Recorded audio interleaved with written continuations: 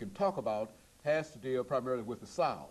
And it's a spread out of those African Americans from some colonies into some of the other colonies. It's primarily a southern migration.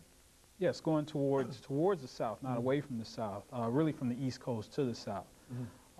However, of course, slavery ended and we got into the period of Reconstruction, which during that time, you still had about 90%, 91% of people of African descent living in the South. However, of course, we know that Reconstruction ended.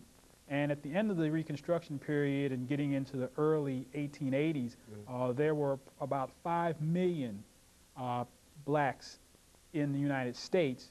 And again, 90% of those lived in what's defined as the South. However, at the end of Reconstruction, lots of bad things started to happen to black people in the South.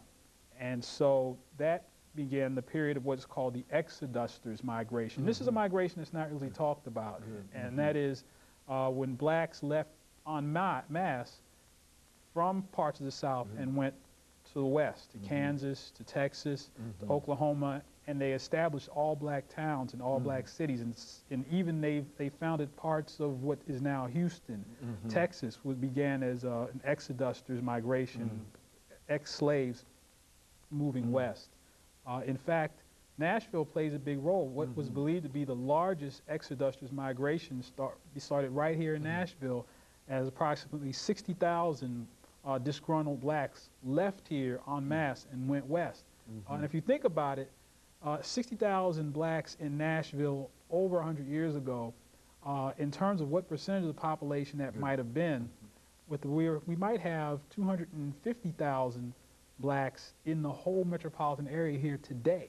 So just think about a quarter, that would be a quarter of the black population today. So I imagine at that time that was almost nearly all of the African Americans in Middle Tennessee up and left en masse all at once. So that's significant. You know, Dr. Padgett, you mentioned these small black towns that were a result of migration from the South to the West. Let's say some other things about these small black towns, because I think that you see them in almost every state here and there. And if you would like to, why don't you name a couple of them so that we can more closely identify them, and how were they constituted, and how did they come into being? Some of them, you know, in terms of just a general statement in reference to them. Well, some of them probably don't exist today, but you had Nicodemus, Kansas. There's a town called Winona in Texas, which is still a small town outside of Tyler, Texas, but that was founded by freed Africans.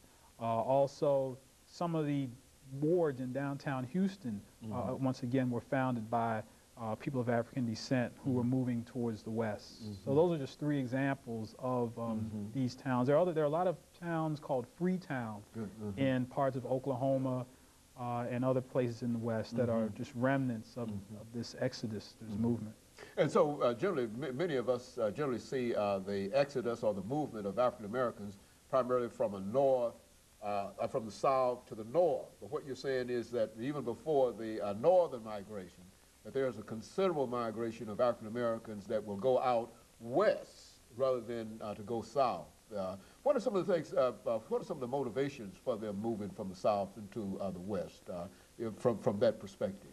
Well, the end of Reconstruction, where you had blacks being lynched, killed, forced off their land. The Associated Press has just released a story that I've been reading about how blacks lost hundreds of thousands of acres of land that was just stolen from them, and in some cases the state governments took the land. It wasn't just the Klan.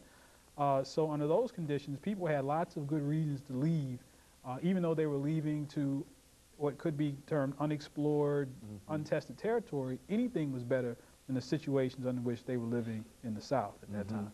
And so this exodus that went from the South headed first to the West was one that was primarily driven by, really in a real sense, fear of remaining where they were. I would imagine better opportunities might have also played some role, but more than anything, you think that fear was the motivating factor that forced many of them out of the South after Reconstruction. Yeah, well, that and the westward expansion was occurring during that time, And what's interesting is that a lot of blacks were chastised for leaving. People said, well, stay here in the South, don't go west. And so they were chastised for leaving, many of them. Okay, and of course, Dr. Padgett, let us take this first commercial break, after which we'll come back and resume this conversation. We'll be back with you following this short commercial break. The topic is